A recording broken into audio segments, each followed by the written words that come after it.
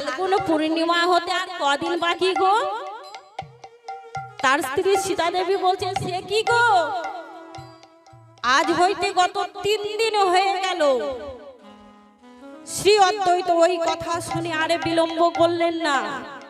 সে মনের আনন্দে শান্তিপুর থেকে নবদ্বীপে ধামে আসছেন।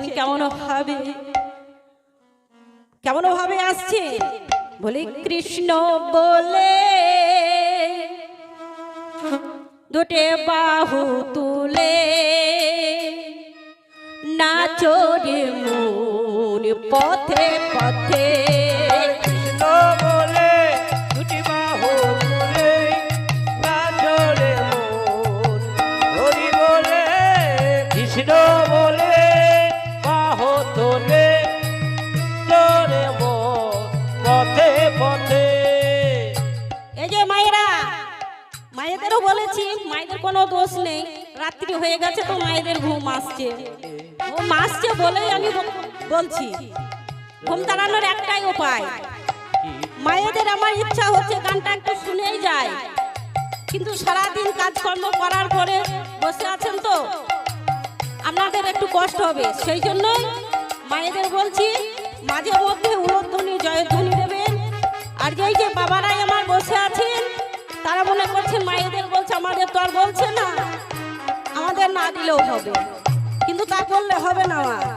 সবাই মিলে আমাদের গৌরহরি এই নবদ্বীপে ধামে জন্ম নিয়েছেন, যেমন ভাবে জন্ম নিয়ে আনন্দ করেছে সেইভাবে তার চেয়ে বেশি আজ আমরা আনন্দ করব।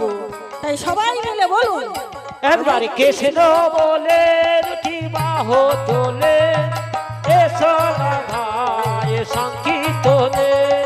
কৃষ্ণ বলে বাহু তুলে নাচো রে মন, হরি বলে কৃষ্ণ বলে বাহু তোলে চলে মন সংকীর্তনে।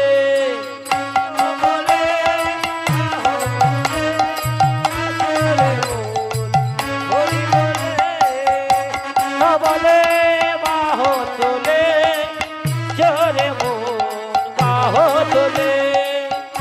এরামে নেই কোনো চিন্তা, এরামে নেই কোনো ভাবনা,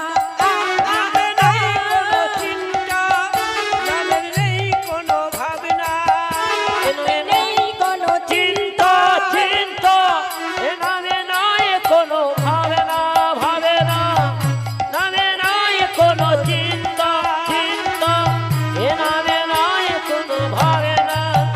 একবার কৃষ্ণ বলে বাহু তোলে সোনা ভাই সংকীর্তনে।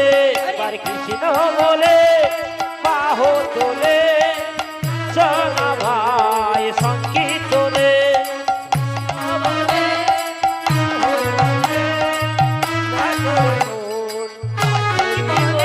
আরে হরে কৃষ্ণ কৃষ্ণ কৃষ্ণ হরে হরে, হরে রাম হরে রাম রাম রাম হরে হরে। হরে কৃষ্ণ